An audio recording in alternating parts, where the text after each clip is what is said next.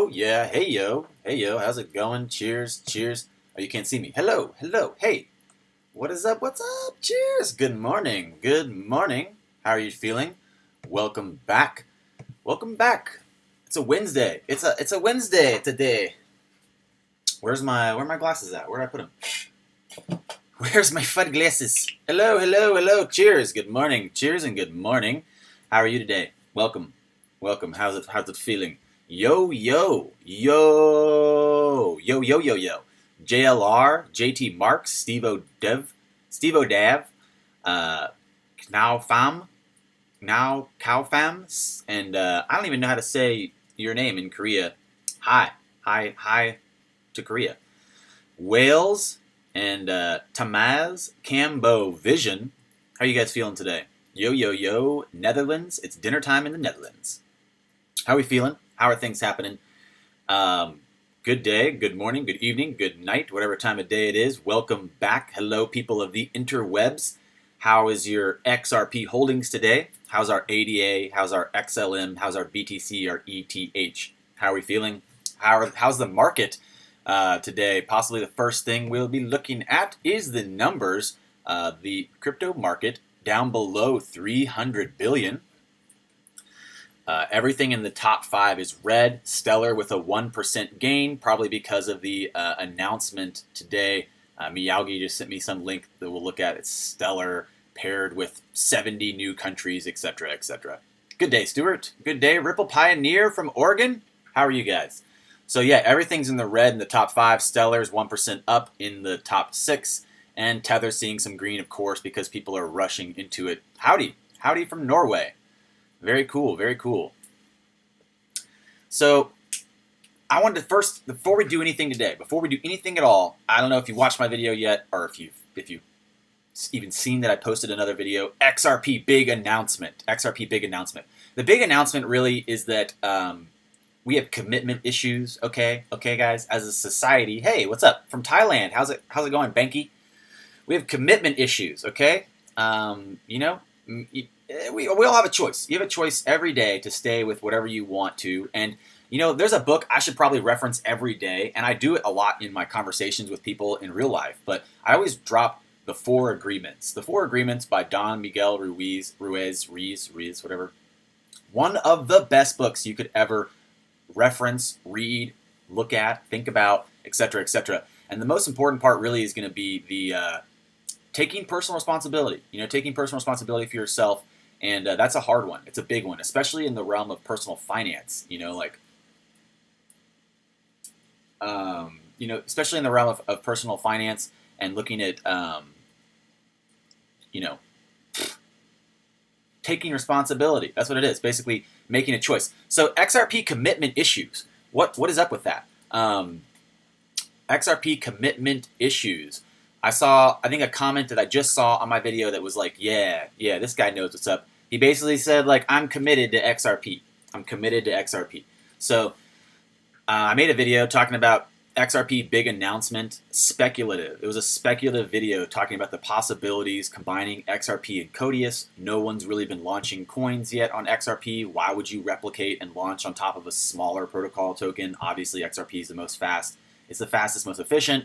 We have Codius pulling up near 2 terabytes of memory available for their smart contracts, and the Bitcoin blockchain only takes 180 gigabytes of space right now. So potentially looking at the possibility that we might be entertaining the idea of centralized banks launching coins on top of XRP with Codius and smart contracts. What does that mean? Someone else was like, why isn't there more hype about this? Possibly because if you look at the numbers right now, as far as XRP holders, there's like 0.01% of the world population it has an XRP wallet. And how many of those people probably even know how to have a conversation about the launching of tokens and smart contracts on top of XRP? And looking at, just like how we talked about in the past, Codius is not like Ethereum. You can't launch a smart contract or a token and then change it later. It has to be launched, and it has to be launched perfect. So looking at a lot of tests going on possibly for them launching and then pulling contracts to see how they can get it just how they want. And then also looking at the possibility of, we've talked in the past about people like, well, how do you, someone says something on Twitter about freezing assets on XRP Ledger. The XRP ledger is big, it's open, it's neutral, it's interoperable. There's no freezing. There's no freezing on the XRP ledger, but if you built an application layer on top of XRP, it could have a freeze function. If you built a smart contract on top of XRP, like Bancor did with the Ethereum protocol, their ERC20 token has a freeze function. Again, that's part of the smart contract that they built on top of XRP. People are like, well, how come no one's talking about this? Probably because they don't understand the technology. Probably because they don't even know how to have this conversation.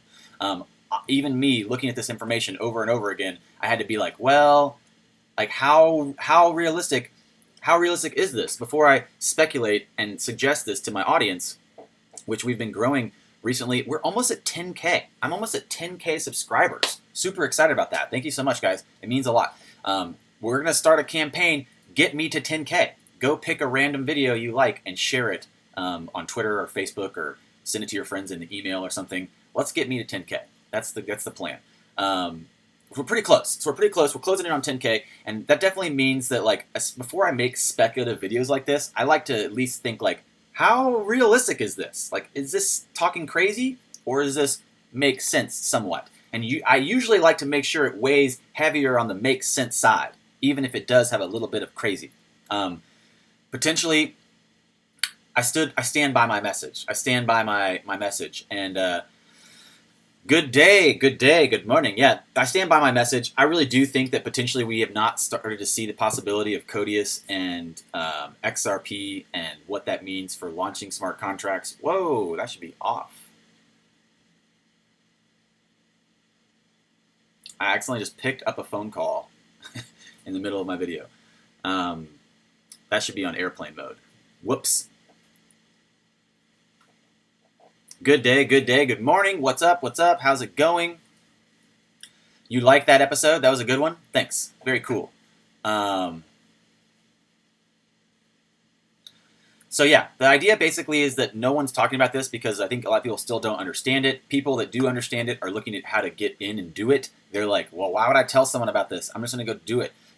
So potentially, I think that there's a lot of discussions being had about how to launch tokens, how to tokenize, digital currencies, how to tokenize, centralized currencies, etc. So people are like, well, XRP, it has a lot of use cases, but obviously for them to be using, for them to consider it like a centralized digital asset, they're going to want to have more control over it. That means them launching smart contract systems, that they're going to have to refine and work on. So that's what I think they're doing right now. That's why they're not talking about it. That's why no one's talking about it, except for me making cool YouTube videos trying to give you guys the lowdown.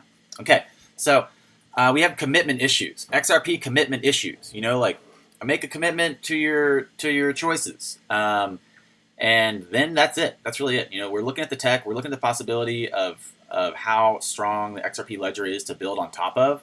And I've made a choice. I've made a choice to follow my beliefs and my research and my understanding of the technology.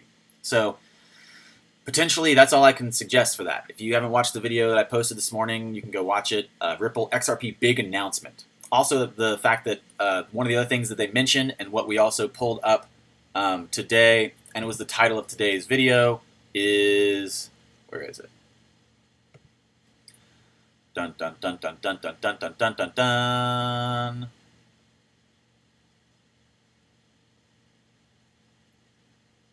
I lost it. I lost the report.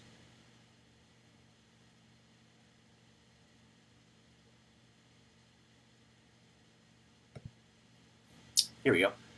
XRP drops in line with other cryptos. So this was also part of the video this morning, part of the news from the Q2 report. The chance basically that you can continue to say that XRP's partnerships and developments has an effect on the XRP price is diminishing. As you can see, XRP's price has mimicked and followed the rest of the crypto market. Honestly, the possibility of XRP's drop in line with other cryptos reflecting positively is strong, but I don't think it's the biggest news ever. So we didn't really come out real hard with that. It was in the video this morning, but the reality is that most people I think are letting go of XRP. They're seeing that the price is slipping and people are losing faith. So they're losing faith in their choices, and that's potentially why I made that video talking about the potential of XRP, even though we have no news. We have no news, we have no announcements, and XRP still looks really, really, really, really strong. So let's look at all the news of this morning, and we'll get back to talking about why we have commitment issues with XRP in a moment. So Bitcoin's still above 8K. That's kind of exciting. The crypto market's below 295 billion, but Bitcoin's above 8K. That's kind of interesting. I don't know. I don't know if we're going to see another dip or not. I'm kind of excited to find out if we're going to slip further or just this is the new bottom. I don't know. I don't think I have faith that this is the new bottom. I think that we're going to slip further. So in reality,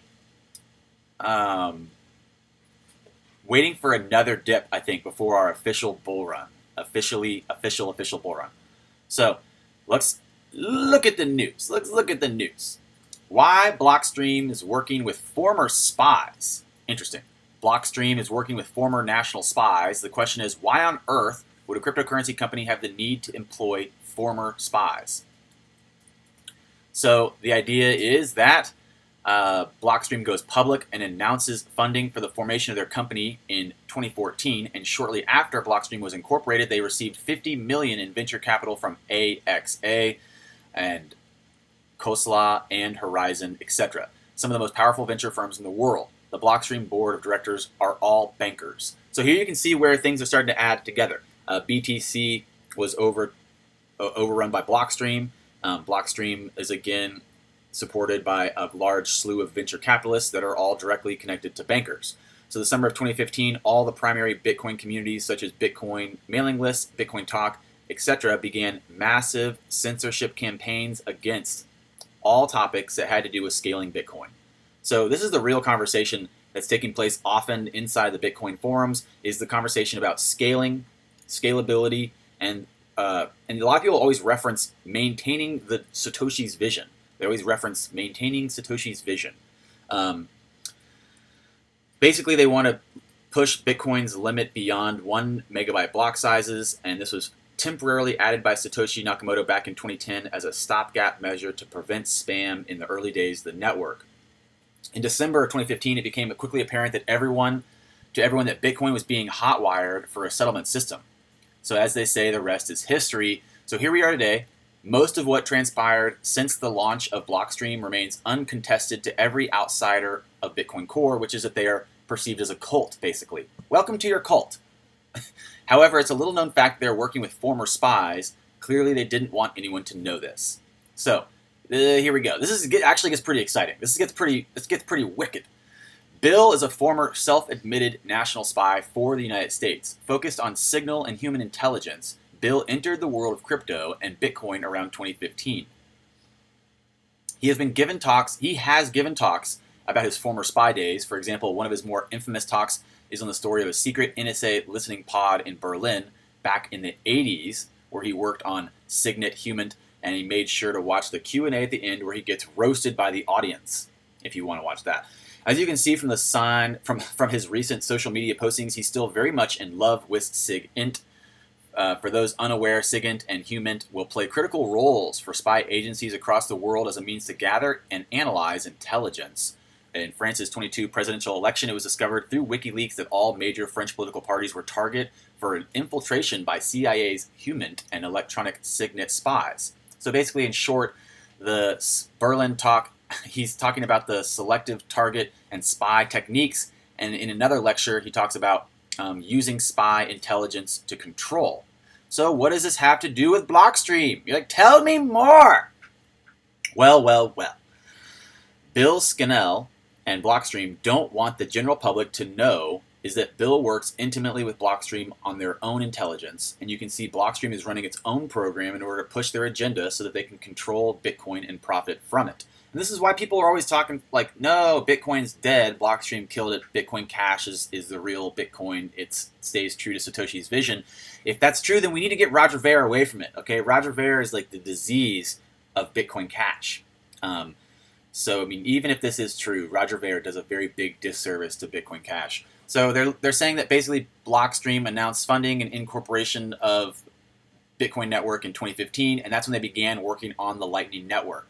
The Lightning Network is, again, the idea that they can create an off-chain transaction system to deal with the scalability issues of Bitcoin. So because they have so much investment capital and they need to protect it at all costs in their quest to control Bitcoin, they have employed Scannell as their consultant agent to run intelligence and counterintelligence operations on the Bitcoin community. So according to Scannell's own LinkedIn profile, he runs a private consulting firm where he's focused on being a strategist. Ironically, he has also had past work experience listing himself as an evil PR genius. In one LinkedIn recommendation for Scannell, the person wrote that he's a storyteller, a fixer, and a maker. Scannell has set up his own company called Special Circumstances LLC. Now, the potential here is that basically Bitcoin has been overrun by corporate interests, and that they figured out how to manipulate the chain enough to where they can profit from it. Basically, the power of the miners to make money and control the chain falling into China right now too, because that's where all the miners are. It's kind of scary to them. So the Blockstream's thought is that they're going to basically keep the block size small and scale their solution to off-chain transactions, which creates basically payment channels that they can control and tax, etc., etc. So the possibility is that we don't really know, and I made a tweet in the past, like a poll that was like, which one's the real Bitcoin? Because the more I learn about Bitcoin, the more I understand the code, the more I'm like, Bitcoin Core looks like it's overrun by corporate Blockstream interests, and Bitcoin Cash looks like nobody's supporting it or believing in it because they have Roger Ver at the helm yelling like a maniac. So really not a good spot. Really not a good spot in my mind for either Bitcoin. And so the idea basically, you know, is this guy's a evil PR genius apparently out here running FUD circles for Bitcoin and Bitcoin Cash. Continuing in this piece, basically regarding the local election of Alaska, they describe Bill Scannell as a media strategist who's been known for peddling outrageous stories and pulling outrageous stunts to get media attention.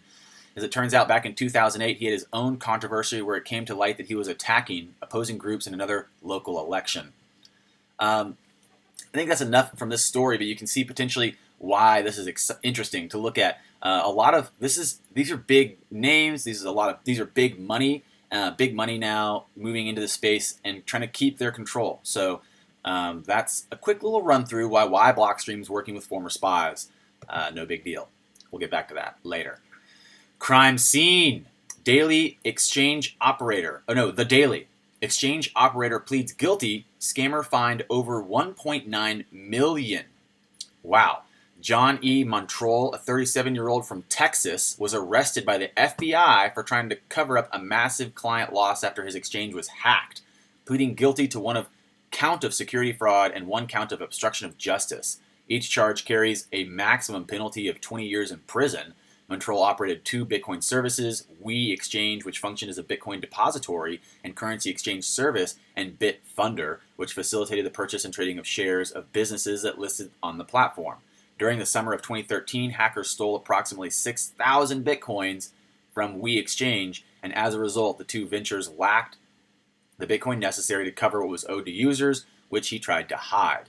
So I saw an article yesterday talking about the reality that even the best spaces are still being attacked all the time. Even the best platforms and exchanges still get attacked a lot and are still very vulnerable per se. So safety is important, being mindful of any malicious login attempts or any weird issues or weird kind of scammy, fishy moments if you're logging in or if you get some weird,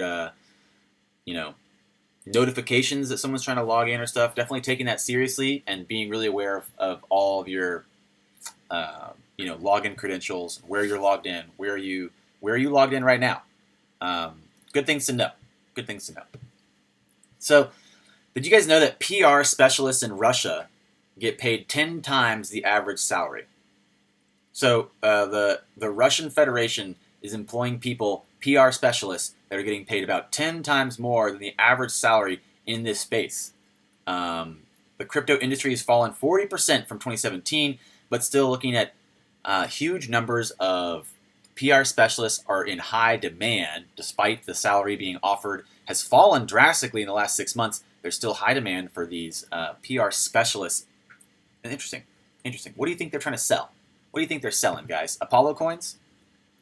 Bitcoin dominates Fortune's most impressive young superstar list. This is pretty solid, honestly, because a lot of people, they're not looking at Bitcoin and cryptocurrencies very seriously, but they're probably looking at Fortune's most impressive list, of young superstars, and that's the 40 under 40. We covered this in another video in the past, looking at the possibility of this being a big indicator, a smoke signal for people that are not really sure about crypto, and they hear like, "Whoa, how many people are actually in this list?" Jian Wu, with Bitmain, is on the list. Amber Baldet is the CEO of. What is she the CEO of? Baldet is the CEO of what? Appointed the board of Zcash Foundation. Arthur Hayes. I don't know some of these people. What does this guy do?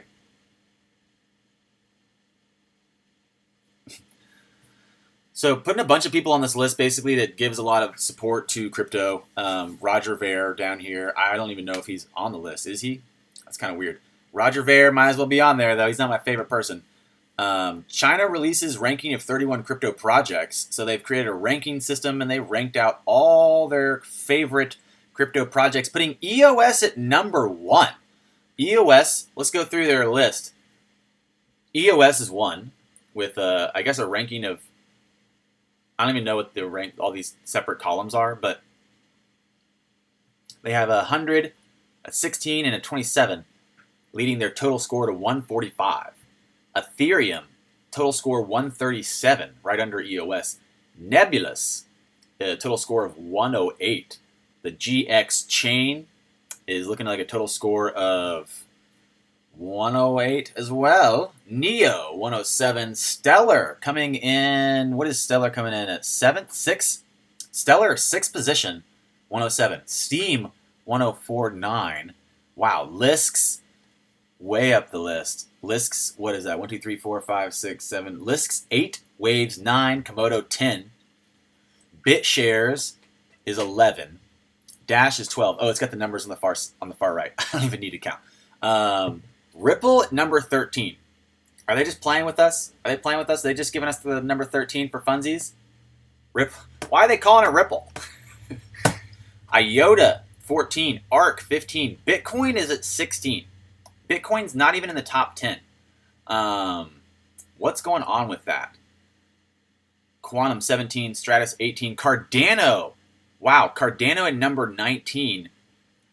Right above Ethereum Classic. Ethereum Classic, 20 position, number 20. Ethereum Classic, number 20. Verge, number 21. Monero, number 22. Bytecoin 23, ranking above Bitcoin Cash. SIA 24, Bitcoin Cash 25.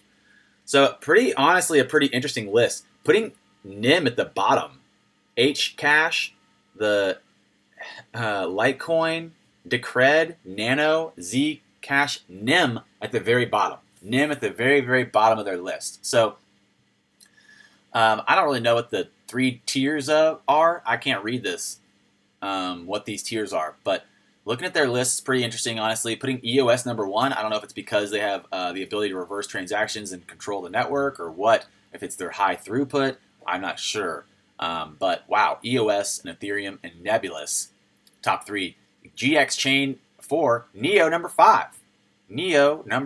So pretty interesting to look at their list, and I want to do some research maybe and find out what the metrics are they use to rank these. And that's pretty interesting to look at. Oh, hey, look, it's Jesus Christ. Jesus is in the room, guys. Jesus in the room. You saw a vision. BitConnect will be number 1 coin. Yeah, that was last year, bro. That was last year. Jesus, you came back in the wrong year, Jesus. Okay. What exactly can you tell me about this year? Jesus, tell me about this year! Jesus! Jesus. Good morning, Diane. How are you? What's up? I'm trying to go back through the comments and see what you guys are talking about. 40% of the world has no internet, but that doesn't stop it from taking over. I can't imagine that being true. 95% of the world has not heard of XRP. I did a calculation the other day on the number of wallets open. And, you know, normally a couple of us have more than one wallet. I don't think it's possible for, like, one wallet to belong to, like, multiple people. So I'm thinking that, like, the number of wallets is at least possibly somewhat like the minimum amount of people in it. So I did a calculation. There's like 500,000 wallets open with XRP. And that's about 0.01. Hey, what's up from South Africa? How's it going, Werner? And that's about 0.01% of the world population. So 0.01% of the world population has actually ever heard of XRP and then also has a wallet. So, yeah. I think that possibly XRP is still very underutilized, underadopted, underdiscussed.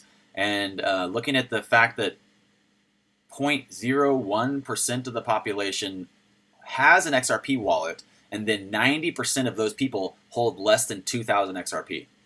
Like 90% of holders hold less than 2,700 XRP. So that means if you hold more than like 2,700, you're in the top 10% of the 0.01%. So like you guys hear about stories about the 1% ruling the world. Guess what? When XRP moons, you're going to be part of the 0.01% of the 1%. So welcome to the club. You're here early. Good morning, good day, good afternoon, good evening, good night. You're part of the XRP army. We're talking about commitment issues.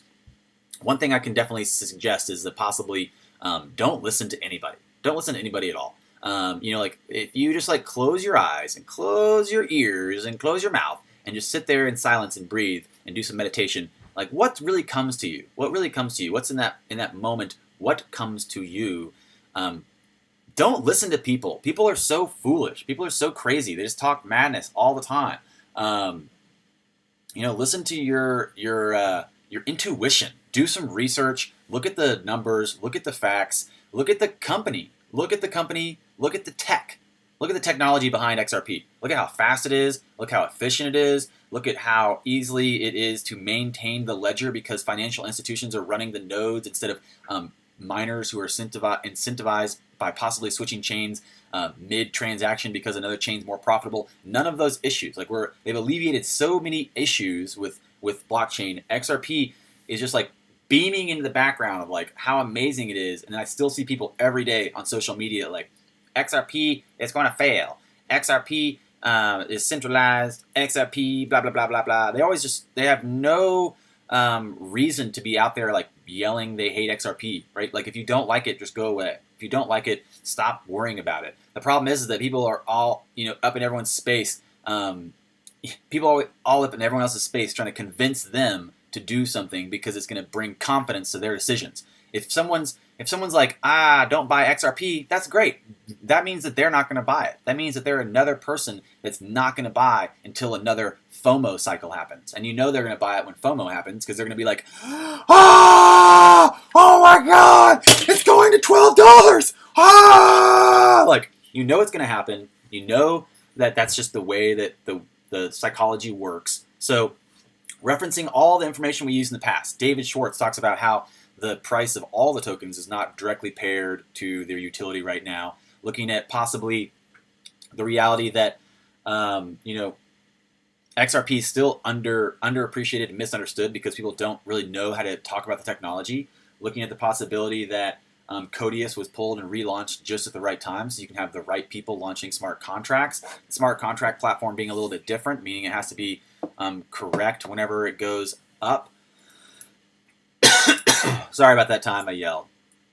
I know, I'm sorry. I yelled. My microphone was loud, and I probably broke your ears. Jen and Joseph, I use OBS. It's free. Look it up. It's cool. Cool. Yesterday, some guy commented on my baby's ultrasound pic saying, poor kid, for XRP community adding a member in November. Instead of fighting him, I tipped him. Good work, Sean. I like your style.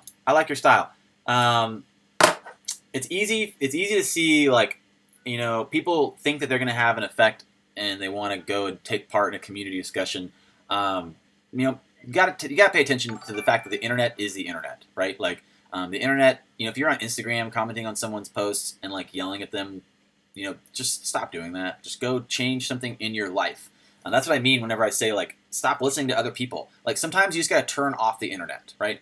Sometimes you just need to turn off the internet and go and like do some breathing, center yourself, and think about what's really happening. Think about what's really happening. Look around the world. Go walk downtown in your town and think about what's really happening. What really succeeds long term. What businesses are successful long term. Everything is based around money. And I know a lot of times we're told our whole life, we're like, don't make your life about money. Don't make it about money. Don't worry about money. But in reality, that's pretty much what brought a lot of people into this space, was the chance to, I think, make money. In reality, everything is centered around money. Like the how you survive, the necessity. Like people are like, well, you should basically probably not. Hey, Clara B, thank you so much. Let's see if this chat worked. No robot chat today?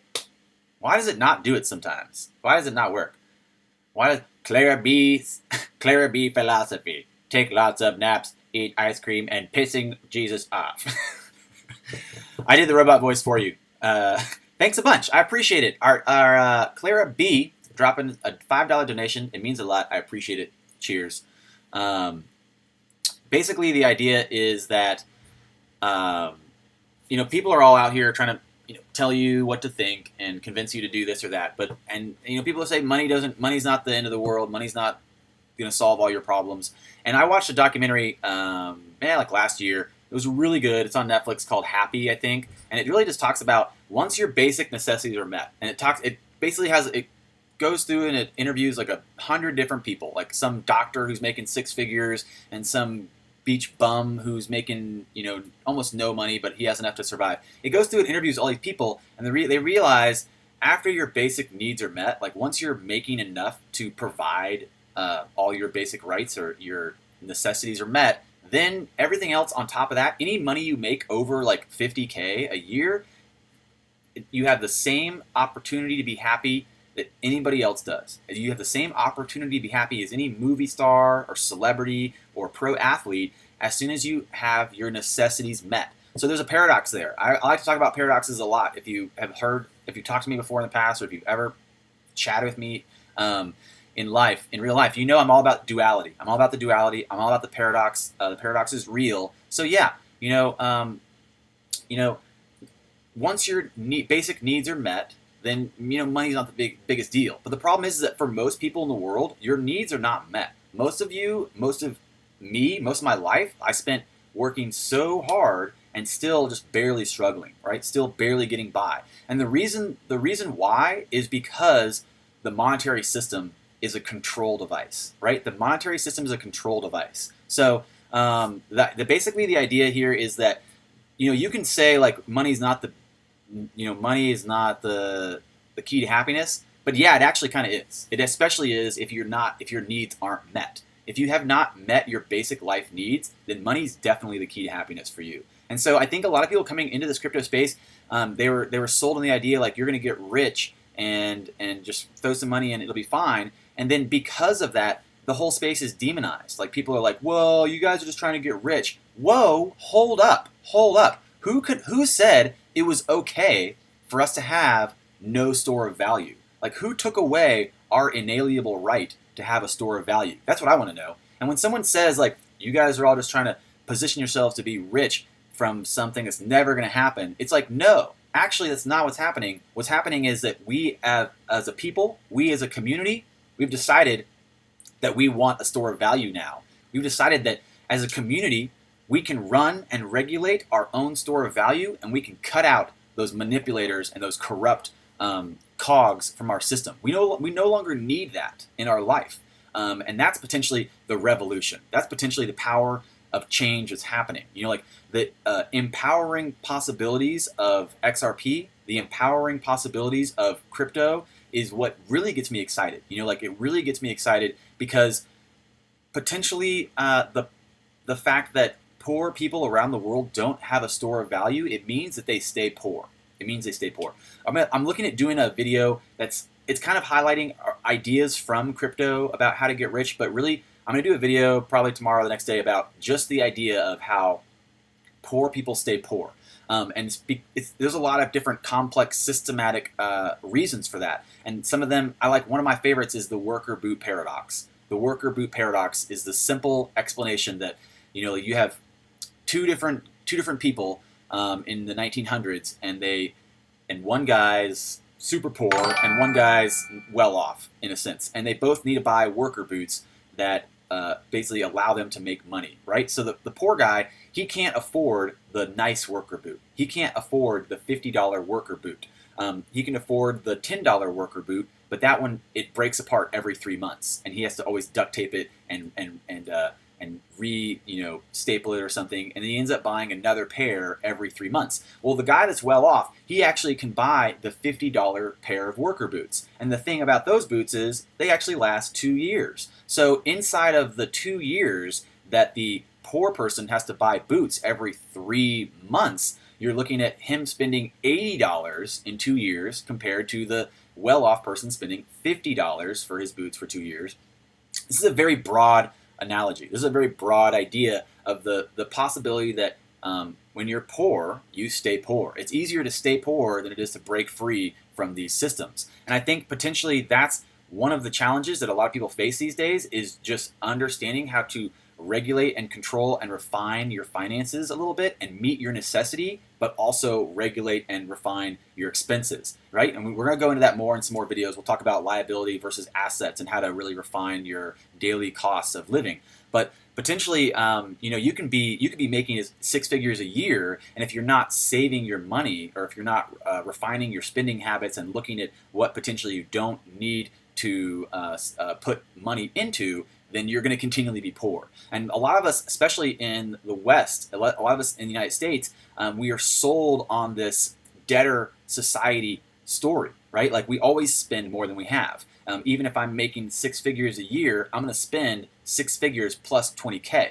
And that potentially it's a mindset. It's a mental disease more than it is a real problem. Especially if you're making 30K a year and your necessities are met. If you're making 40K a year and your necessities are met and you're still miserable, then there's something needs to change, but it's probably not what you think it is. I have a video coming out later that talks about the idea that no one's making it out of here. Like, no one's making it out of here alive. The idea is that we're all going to die, basically, right? And I know a lot of us think about, like, oh, I'm going to get so rich, I'm not going to work anymore. And I know that's a story that we all like to entertain in crypto. Like, I'm going to be so rich, I'm not going to work anymore. Some of the people that I think are the wealthiest, some of the people that I think are the richest, even after they had this huge success, even if they had this huge chunk of money come to them, they did not stop working. They never stopped putting effort into their life. And that's kind of what I think is a weird paradox too. Like, we always think we're going to stop working, but you might stop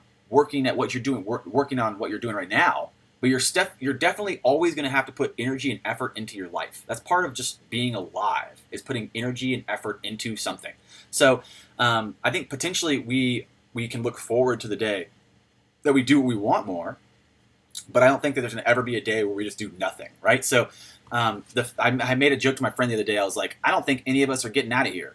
Like, no matter who you are, even if you make a huge chunk of money tomorrow, all of a sudden you're in a whole new community, you're in a whole new tier, you're competing with people who are at a whole new income level and a whole new income bracket. Jesus, Amen. Amen, Amen. Jesus, I appreciate it. I appreciate the support, Jesus. I like your glasses too. Those look good. Those look some good glasses, bro. Amen. I appreciate it. And yeah, there's always going to be another tier to compete in, and that's kind of one of the problems with like chasing the Joneses, or whatever that phrase is. You can be making $1 million a year, and if you're looking around and comparing yourself to people like Jeff Bezos, then you're like, this isn't good enough. I need to double down. I need to make more. And in reality, at some point, I want you to review and refine, like, what is the importance of me making more money? What am I really doing? Like, who am I really benefiting?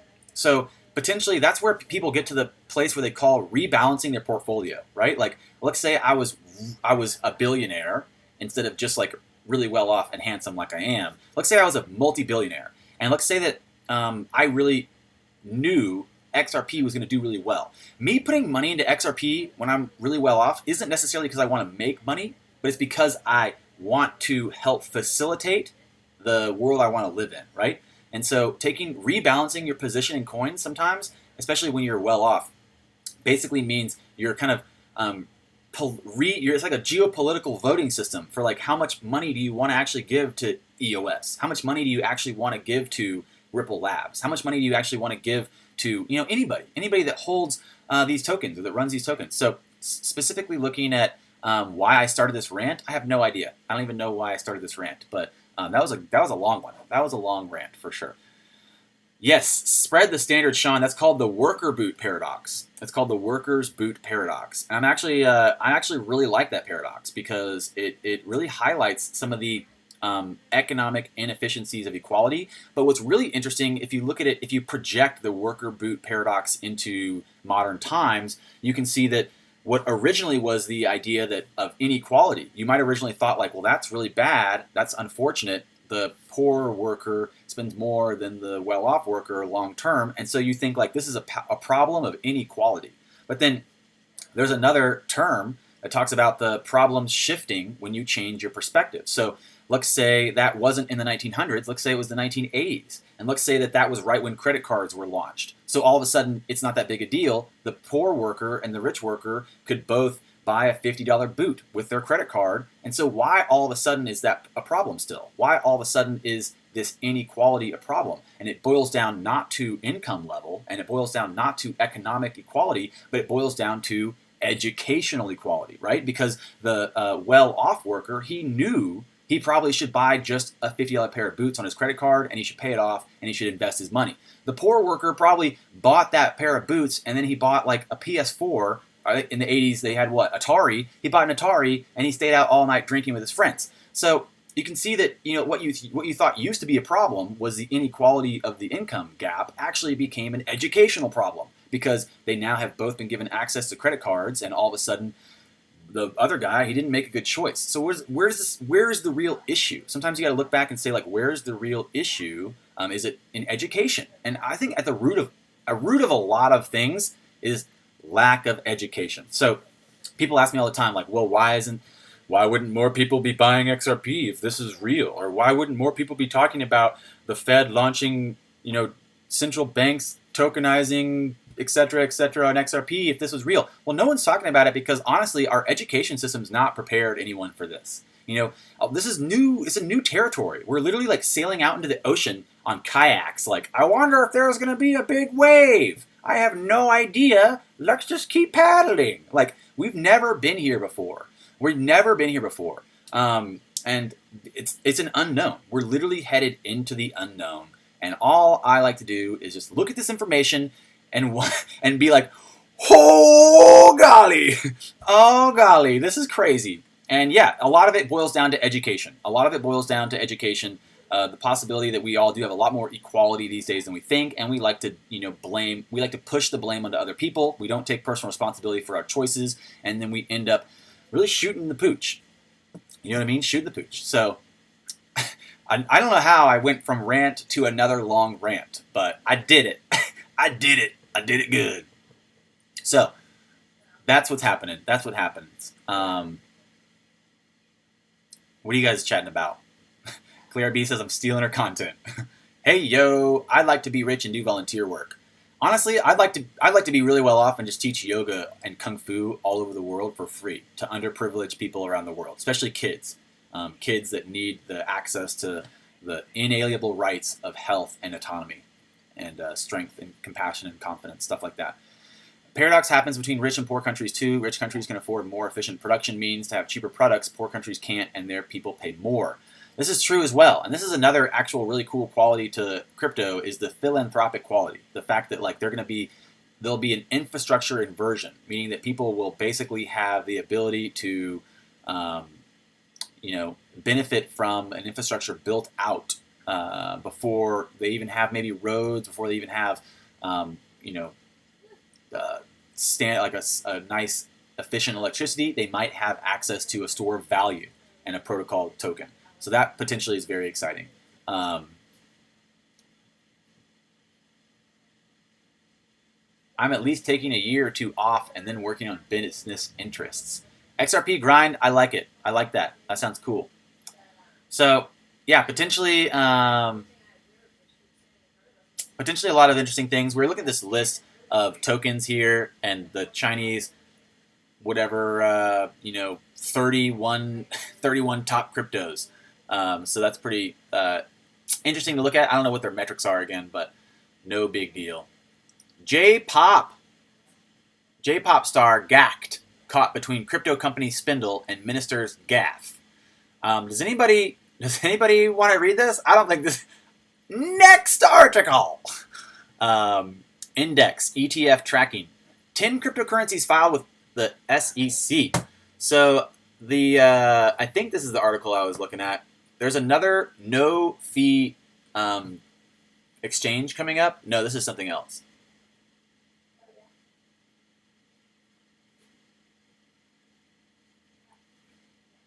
Okay, so this is Bitwise is backed by institutional individual investors. It's an index tracking basket of multiple cryptocurrencies, basically.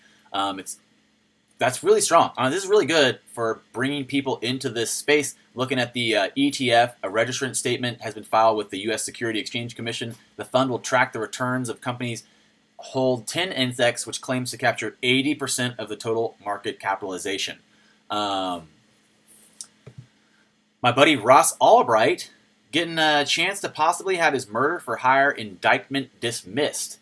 That's kind of cool and something that I'm excited about, but we're just going to leave it here. You guys can go search for it if you want.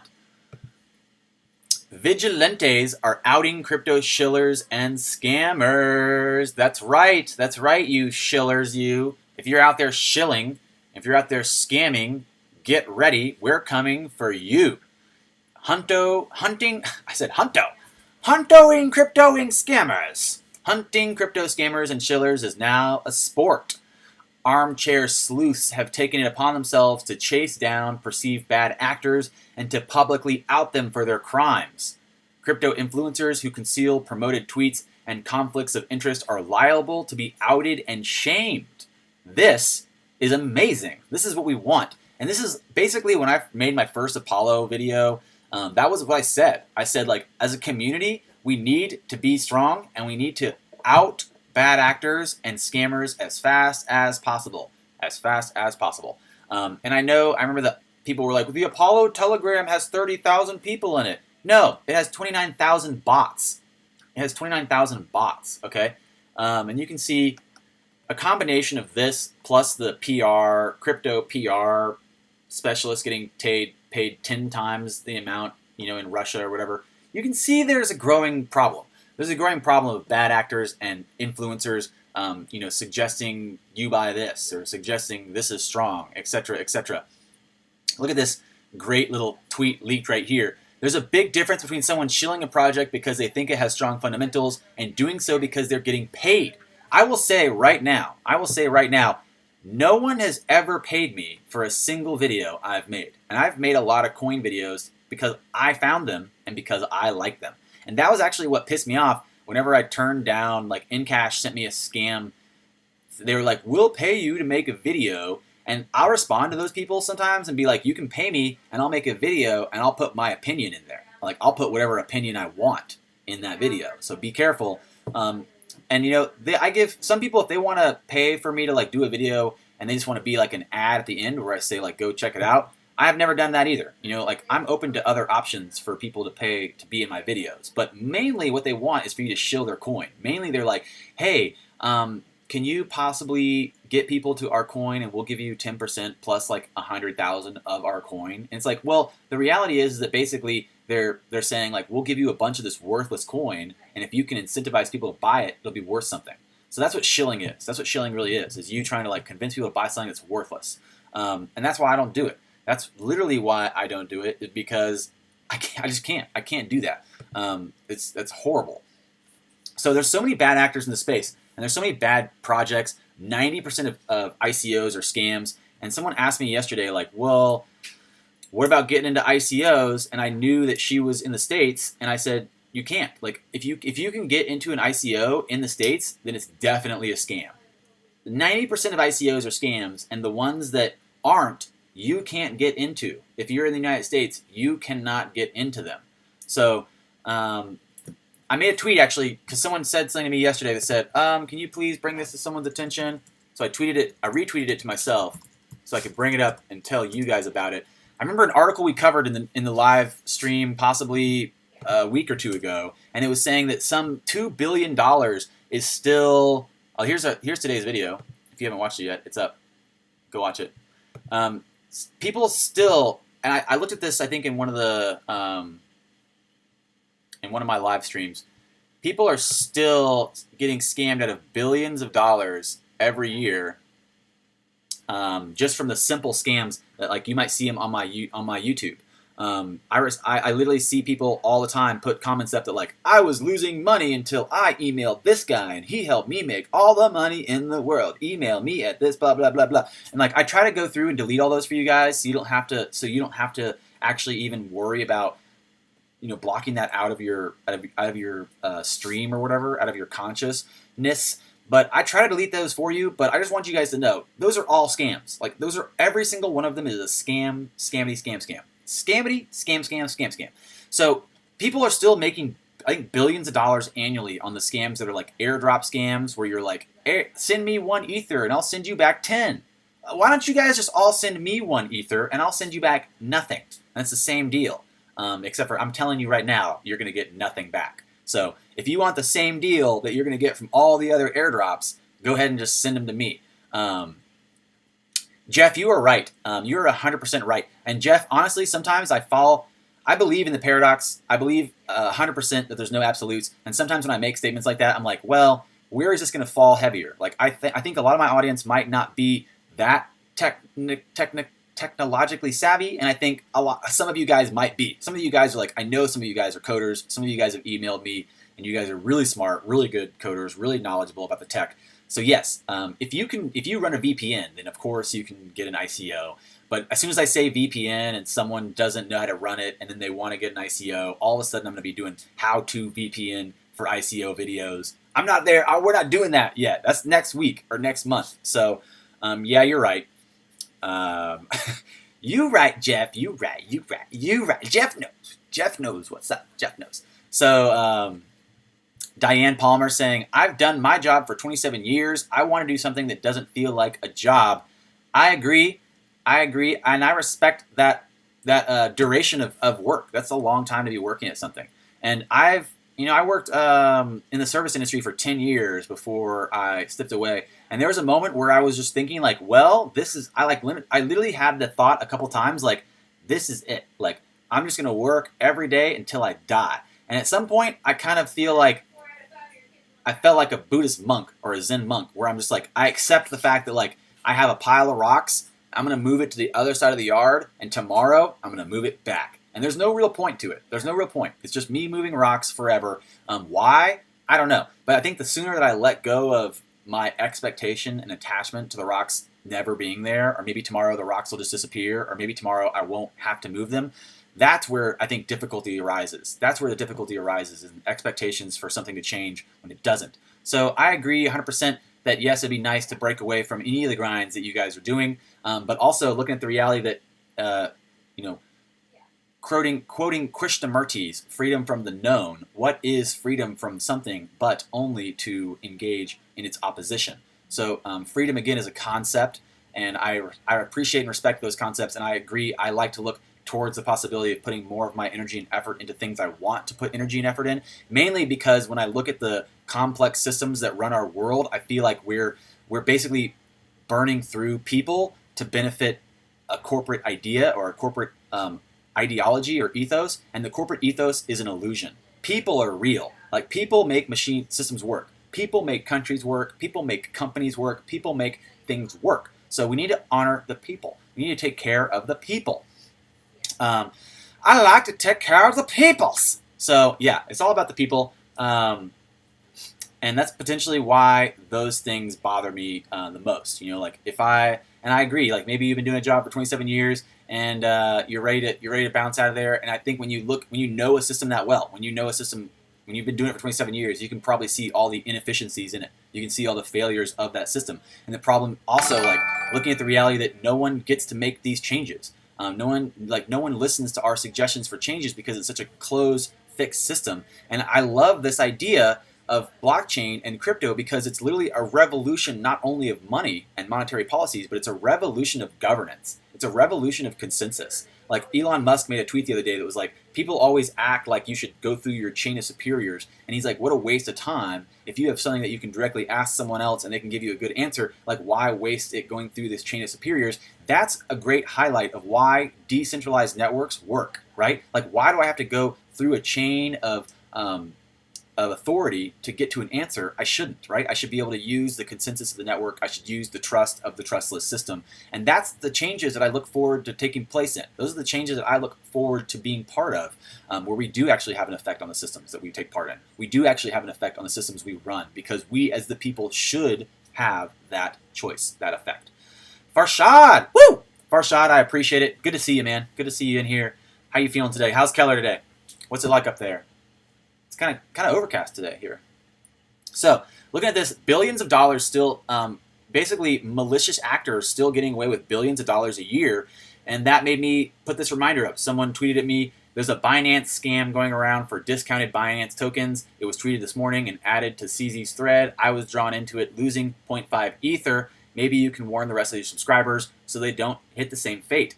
And I can relate to this. This is rough. This is a challenging space. And a lot of people coming into this are still learning. They're still new. Maybe they're ready to like reach out to someone on email and say, hey, I saw this. Can you help me? Or, oh, I saw this is 75% off BNB tokens. How do I send this Ether to it? So there's basically a lot of scams still in the space. And so I put this tweet out just to be reminding you guys to be cautious. Woo! Farshad! $3.99. Thank you. $4 donation. I appreciate it. Why is it not saying knock knock? Who is there?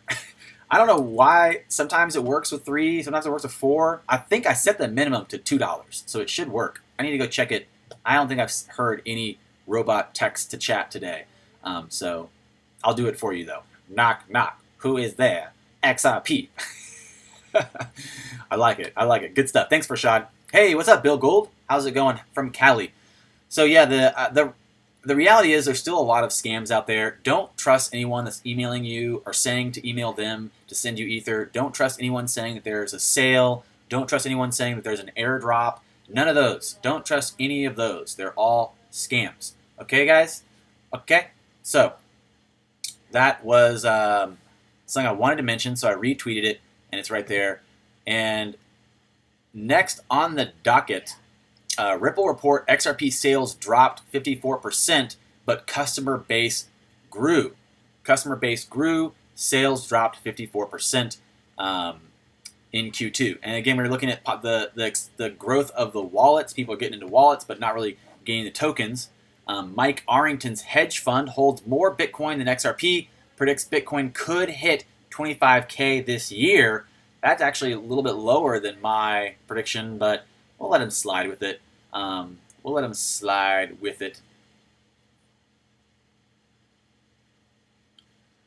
Oh, I get it. I get what you guys are doing. Stuart asks, XRP who? I like you guys. You guys are funny. You guys make things all right. Bitcoin holds biggest share of fund. So looking at Bitcoin hold the biggest share of this hedge fund. We were looking at vigilantes calling out the space. That's what we were just looking at that made us run over to the Twitter page, talking about the malicious actors. Here's a Twitter post that I made. Malicious actors, blah, blah, blah. 118 degrees today. Jeez. It's only 110 in Texas, I think. So we have basically bad actors all over the space. They're calling out for vigilantes to get out there and take care of these bad actors. You can see right here this shill X. Today we got you, Crypto Rand. Made a countless Medium article review and interview where he charges 1 BTC for the contest and never discloses that he has been paid to do so. This also includes paid tweets. Your followers deserve better. Hashtag shill X. So there you go. There you go. While ShillX has been chasing down conflicted Twitter influencers, a new Telegram group, Crypto Leaks, is hell-bent on exposing scammers, abusive VCs, and pool founders. And I like this, honestly. I like this. I think this is great. When I first when I called out Apollo, I was like, man, maybe I found my calling. Maybe I should just find and call out scammers and malicious coins because that sounds like fun. That sounds like a lot of fun. So there you go. A mission to call out scammers, something that's kind of exciting for us to do as a community and a team to stay on top of that. And then looking at the tweet I mentioned, making sure that you don't send any money to anyone or do anything crazy like that. And also, I have a Facebook group. I have a Facebook group in my description, and people are invited to participate in there and ask questions. Normally, whenever people join that group, the first thing they do is they make some post that's like, email me and I'll save you money using binary trading, blah, blah, blah, blah, blah, blah, blah, blah, blah, blah. And I'm like, I can go look. We can pull it up right now and look at it. There's like 100 posts waiting to be accepted. People just joining my Bitcoin exchange group and just posting a bunch of scammer nonsense. So it's still a lot of people in the space, just sitting around trying to scam people. That's potentially a lot of people in this space still.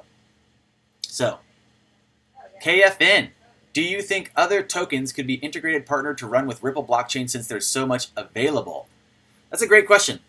Bill Gould, yes. Basically, that's the power of ILP. You know what? I keep referencing some video that I haven't even posted yet. It's like Codius live chat with Stefan Thomas, and the slides he uses weren't up on the video, so I edited the video so you could see the slides as he's talking. In that video, he talks a lot about the Codius and the ILP. And basically, the ILP is the reality that the Interledger protocol is interoperable with any token. So I'll post that video later if you really want to look at the ILP, the Interledger protocol, and Codius and what that means. Basically, yeah, the ILP is open for any coin to be used on it. And the idea here is they made it open and interoperable. And because each blockchain is like a siloed ecosystem and they don't really work together, Ripple Labs went ahead and just made, with R3's Corda, I think, they went ahead and just made the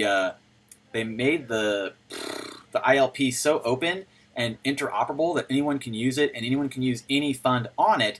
But because XRP is so beautiful and fast and sleek, the idea is that interest will compound over and over again into XRP because they can use whatever they want. Eventually they'll realize, well, it's cheaper for me to hold XRP than to send Bitcoin. It's cheaper for me to hold XRP than it is for me to send Litecoin or Neo or Bitcoin Cash or whatever. So that's a great question, Bill Gould, and you're right, yeah. The idea is basically for the Interledger protocol to be able to be used with any token. So you could use any token in the future, whatever you like, whatever is your preferred method of payment. If you happen to have like 200,000 Litecoin because you bought them when they were a penny, that's going to be fine. You can still use Litecoin. Maybe eventually you'll transfer over. Maybe eventually you'll move to trade those for XRP because that, again, David Schwartz has said in the past, looking at like, why would you not want to hold the currency that's the intermediary currency between all others? It gives you less exchanges for purchases and transactions in that moment. So, anyway,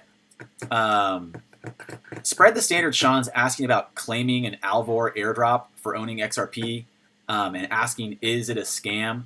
The thing about airdrops is, if they just ask for your wallet, then that's fine. Like if they're going to just ask for your wallet and for you to like verify your identity in some way, that's fine. The problem with airdrops is when they ask you to send them money, right? No airdrop is going to be like, send me money. That's not how an airdrop works. And if it is, don't take part in it. Like the idea of an airdrop is that they're just giving them to you. They're airdropping, like they're dropping them for free, small increments of tokens for you. So if you have to pay for an airdrop, it's not an airdrop. That's called an exchange or a purchase or an ICO or something along those lines. So I haven't looked at that Alvor. I don't know about that airdrop. I'm not sure, and I'm not going to look at it right now. But the problem with airdrops is when they ask you to pay. The problem with scams is when they ask you to pay. So they always say like, yeah, send me 0.5 Ether and I'll send you 2 Ether back. Promise. You guys want to play that game, I have an Ether wallet in my description. You guys can send me 0.5 Ether, and I promise I won't send it back. I promise I won't. Since I'm using Ether to buy XRP. What happens if XRP folks forks off with the XRP we have bought through Ether?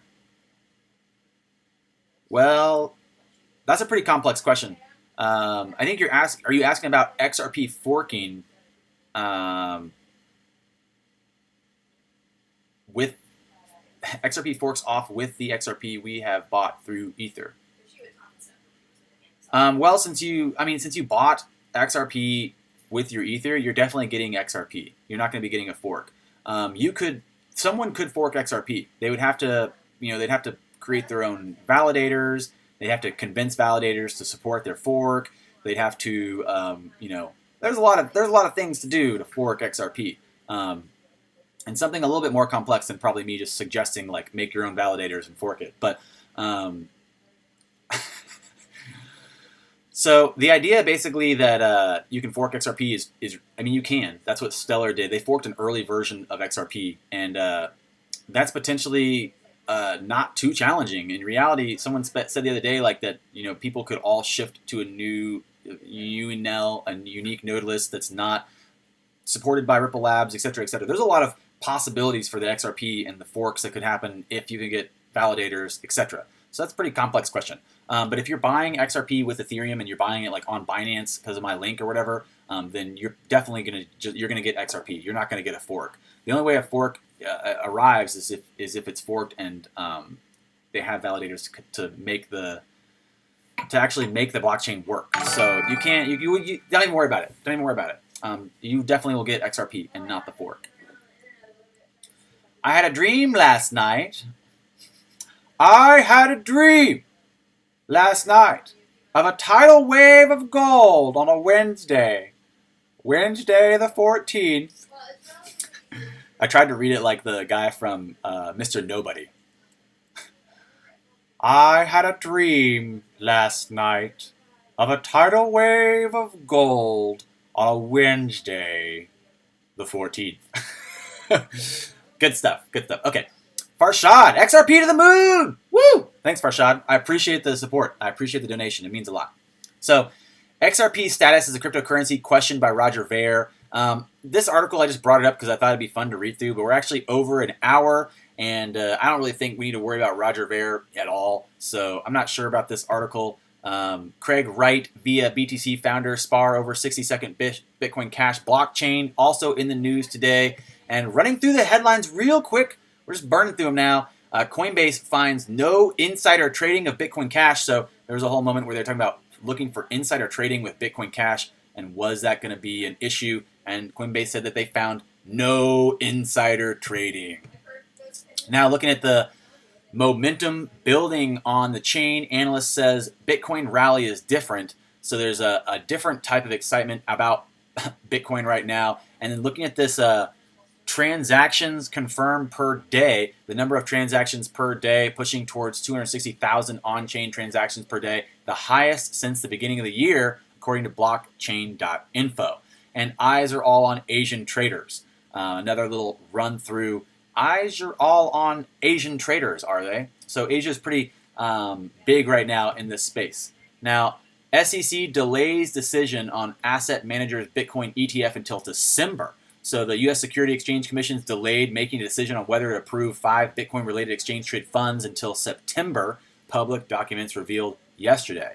In the latest edition of the Federal Register, the SEC explains it's postponing any decision over the possible approval of ETF proposals based on the Direction investments in January. Again, looking at September, October, November, and December is when we're going to do the G20 summit with everyone. So I'm looking at the SEC giving clearance maybe in September for ETFs, and the announcement in G20 of the possible issuance of a global standard of currency, looking at XRP to be a backbone of a lot of smart contracts launched by centralized banks, giving them, again, executive control and reversal and freeze functions, all those things that they want inside of a currency that's not inside XRP. XRP, again, is an open, interoperable, neutral ledger, and letting nation states or governments build out those control levers on top of it, but not necessarily affecting the ledger itself.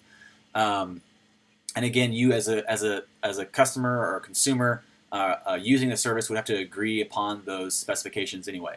So any possibility really of the SEC decision being delayed further. Also, a possibility, I think, maybe them pushing the ETF decision back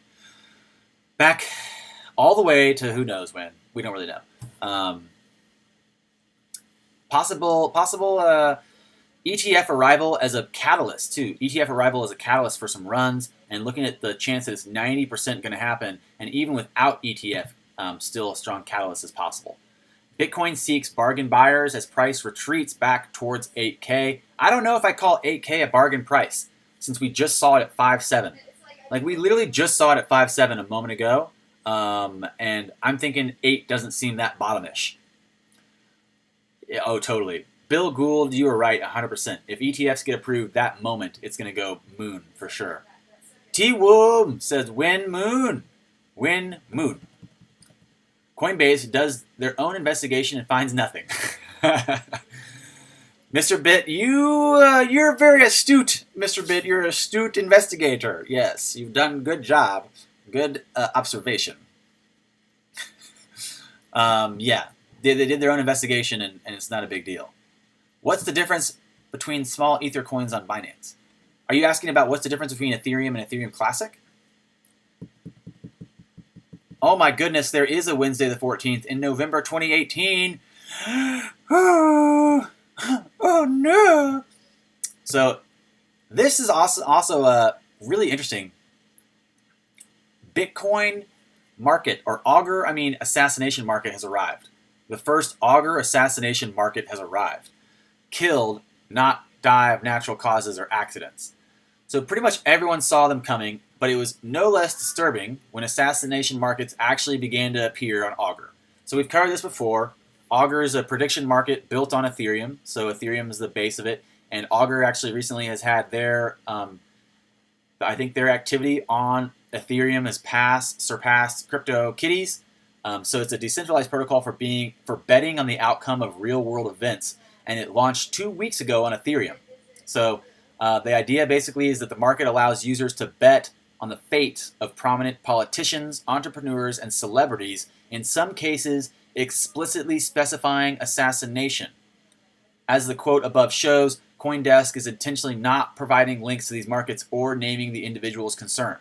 So this is something I might do a whole video separately about, and in reality, this is kind of a weird thing to arrive on the scene, because this is what put Silk Road in a bad spot. This is what got Ross Albright put in jail for 2 never-ending life sentences. And the reality is that it wasn't exactly like this. They were like actually taking bets for or they were actually like paying people maybe for that on Silk Road. I'm not sure. Let's not talk about Silk Road. Let's talk about this Augur prediction forecaster.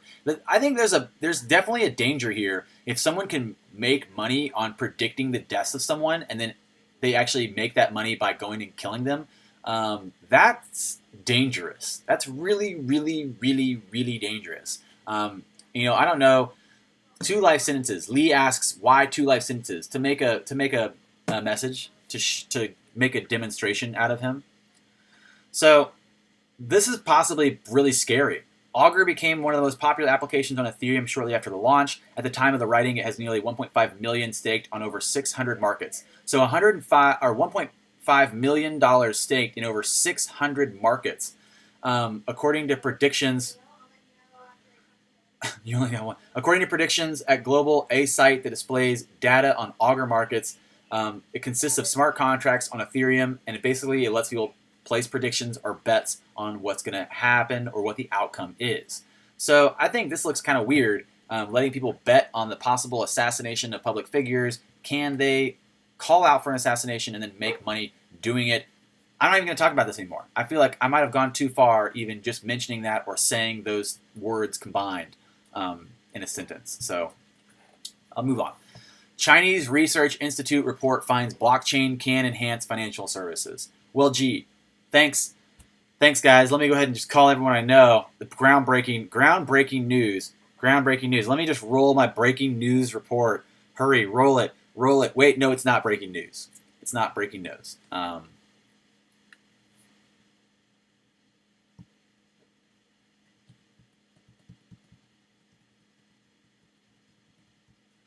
Lakeside Crypto is also attempting to answer Bill Gould, and a great point that I did not even include. Yes, 100%. Lakeside Crypto is right. If a fork happens, it would be a separate token. There wouldn't be two XRPs. It would be a separate token entirely. So if a fork happens on XRP, they would create their own token. You wouldn't accidentally buy the wrong XRP or anything. So Chinese Research Institute reports blockchain can enhance financial services. Well, this is great. This is really good news. I'm glad they all decided to make a report claiming what we all knew months ago. In addition to digital currencies, the characteristics of blockchain can play a big role in the field of payment and settlement, supply chain finance, security trading, insurance, and credit reporting. Well, hot dang. Hot darn. The financial risk should be strictly guarded, and for the chain application, it should be legally regulated. That's right. That's right. Mr. Bit's right. I did. I just made it. I just put myself on a list. Earlier this week, 3 major Chinese telecom operators launched a blockchain research group for building a next-gen telecom network. China will also lead an international research group on the standardization of the IoT. So, a research group on the standardization of IoT looks promising, sounds exciting, things that are happening in China. And then the last article that we covered already, the Ripple drop in line with other crypto underscores XRP independence from Ripple. So, looking at the Q2 report, covering again just some of the numbers for their sales and the fact that XRP slid in line with other cryptos, and it did not have a positive effect that Ripple Labs was partnering with a bunch of companies. So that potentially shows separation between the two. It shows separation between XRP and Ripple Labs. And it also looks like I'm swimming in the pool. Swimming in the pool. No big deal. So, the idea really that we started off with this morning was commitment issues. We started off with commitment issues. Are you having commitment issues with your coins? A good way to probably not have commitment issues with your coins, don't pick trash coins. It might sound real simple. You might be like, wait, how do I do that? Just don't pick trash coins. That's how you do that. So, I've said this before. I think any coin in the top 9 is a good bet. Pretty solid. A lot of potential use cases. Looking at coins that like other big institutions are calling out, like the ones that they're calling out. I think in the last few videos we've talked a lot about a couple of bundles of coins that they've called out adding to platforms. Looking at like Dash and I think Litecoin, Cardano. So I remember the Coinbase tweet included like some 5 random coins that they said that they thought about including. But whenever you see, actually there's some news today that we didn't cover that I wanted to look at. I don't remember how to find it, so let's Google it really quick. But it was basically like a zero fee trading crypto launched, I think, to compete with Robinhood. Yeah, the Uber exec basically wants to fund a new trade platform called Voyager. That's what it is, yeah. Uber E-Trade vets to launch no-fee crypto exchange. So, looking at this, the idea that they want to list these 15 cryptocurrencies, that's probably a good list to be aware of. Like looking at Voyager being reported by Fortune, a co-founder of Uber and a former CEO of brokerage Lightspeed Financial, wants to open a no-fee trading, notably putting Voyager in the same class as a trading app Robinhood. I always tell you guys about Robinhood. I have a link in the description where you can get a free $5 for joining, or it gives you like a free $5 stock, and then it's zero-fee crypto trading and zero-fee stock trading under a certain amount. So again, looking at how Voyager would do that, whether they would take some of the spread. They basically said that they think they could hold positions in like 3 different markets and use their own arbitrage system to give everyone a better price all the time, and then themselves would be able to offer no fees because of their arbitrage system, basically. So, who is there? XRP who? The one and only Farshad. Thank you so much, Farshad. I appreciate it. It means a lot to have your support on this hump day, on this Wednesday. I needed you. I needed you here today, Farshad. Thank you. Knock, knock. Who is there? XRP. XRP who? The one and only XRP. I like it. That's some meme content right there. So keeping your head up, I was like just talking about looking out for what cryptocurrencies could be good. Because I know I told a couple people yesterday to come watch the live show because they were like, I'm new to crypto. I have no idea what's going on. Always look for some of these big companies. Like if a big VC wants to launch a crypto trading fund and he's going to list 15 currencies, find out what those 15 currencies are. Find out what those 15 cryptocurrencies are. And I think that we had another story just like this maybe 2 or 3 days ago that had like a mention of 5 cryptocurrencies. And it was like, we're going to put these 5 cryptocurrencies on this market, et cetera, et cetera. And that was, I'm not going to just guess because I don't remember what they were, but in the moment I was like, those are some good cryptos because they're about to be on this exchange, et cetera, et cetera. And that was also in the news today. Uber, E-Trade, executive launching no-fee crypto exchange in the United States. Securing license in the United States right now. They don't think crypto has been adopted yet by the masses. He wants to be in that space. He wants to be the guy that basically gets your grandma to buy crypto. Voyager coming soon. So that's all we're going to do for the news today. Looking basically at the run-through for the articles and the headlines, and then also challenging people to just kind of remain true to their choices. So if you guys bought XRP and you're worried about it because you keep thinking like, when is it going to run? Just be patient. Just hodl in there. Before you panic sell, maybe take a week off. Maybe you take a week off. Just go chill at the spa. Get a foot rub, get a back rub, drink some water, go for a run, and get away from the space maybe for a minute, take a break, and then come back and really look at what's happening. I happily keep putting money into this space even though it keeps failing. And I know I almost made a joke. Woo! Clara B. Vote for Kung Fu Nerd. He needs you to tell him more. That's true. I do. I do need that. So the reality basically is take a break, step back. I happily keep putting money into this falling market. And I thought about making a joke video yesterday where it's like basically a joke video yesterday where basically it's like someone's like, ooh, crypto might go up, put your money in. And then like it tanks. And then like next month they're like, but crypto might go up again. It looks good. Put your money in. And then it tanks. It like goes straight down. It wrecks. Like over and over again. That's how it's been over and over again for like 6 months. So I can respect each one of you more knowing that this is a tough time to be here. Knowing this is a tough time to be here. If you just came to this space, if you just showed up in crypto, welcome. It's a good time to show up. But for those of you that have been here for 6 months, it's rough. I know it's rough. I know it's been a continual decline, and I too have been continually investing and putting money in and watching it dwindle down to zero. But I again keep doing that because I have faith in the space. I again keep putting money in because I have faith that the positions I've bought in the last few months will be strong positions in a year from now. Like a year from now, all those positions will be great.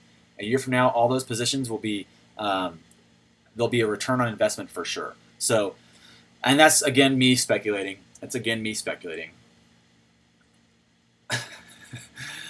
Let me know when I'm going to buy so that you can start selling. Sure, for sure. I'll let you know. I'll message you directly, Mr. Bit. I'll let you know what's up. Excellent question. I'll take this last question from Bill Gould. I really like this question. There are a lot of big milestones coming up this year with ETF, XRapid, etc. Which milestone are you looking forward to the most? This is a really good question, honestly, and I think I'm really kind of excited about one of the outcomes that has almost like no one's really said that there's anything happening at the G20 summit, but I'm really excited about the G20 summit. I'm really excited about it because 30 years ago, in 1988, the G20 summit is when they announced the possibility of the one world currency. And I'm really excited to find out if they're going to launch centralized nation-state fiats on XRP. That's what I'm really excited about, honestly. I cannot wait. So I am excited about ETFs. I think that's going to be really good. And I'm continually trying to acquire more, knowledge about what would be a good position to be in for that launch. I continually want to get more Bitcoin and Ethereum, and I think ETFs are really, honestly, ETF is a really strong catalyst for the whole space. And the X Rapids going live, that's also really strong, and I'm excited about that. But in reality, I think one of the biggest things for me is I want to hear the G20 summit. I want to hear the global world leaders take a different position with crypto, and that potentially is something I'm excited about. I think that they're going to come together as world leaders and make a different position on crypto, setting XRP as a standard of a payment protocol. That's just me speculating. Nice question. I appreciate it. Good question for sure. So that's about all we're going to do. If you guys have any other questions, definitely shoot them at me or drop them in the comments. And I have another video coming out later. It's a couple other different videos actually coming out later. So we're really close to 10K. Kung Fu Nerd 10K is coming, and I need your help. Basically, you can make any mention of me at all in some circle, whether it's word of mouth, say what's up, say to your friends, hey, go check out this crazy person on YouTube. Send a video to someone in a tweet or something like that. And so possibly we can get to 10K faster. Help me get to 10K, share some videos, pick a video you like, send it out there. And I actually have a yoga video I'm putting up later and a workout video. I don't know if it's going to be done today, but I have a workout video and a yoga video I finished for you guys. Some free content for you guys to get swole and healthy. So, as always, I appreciate you guys for tuning in. Thanks a bunch for joining me. If you haven't already, click that subscribe button, click that like button, give me a thumbs up, and I will see you next time. Farewell. Farewell. Until tomorrow. Until tomorrow's live stream. Farewell. Goodbye.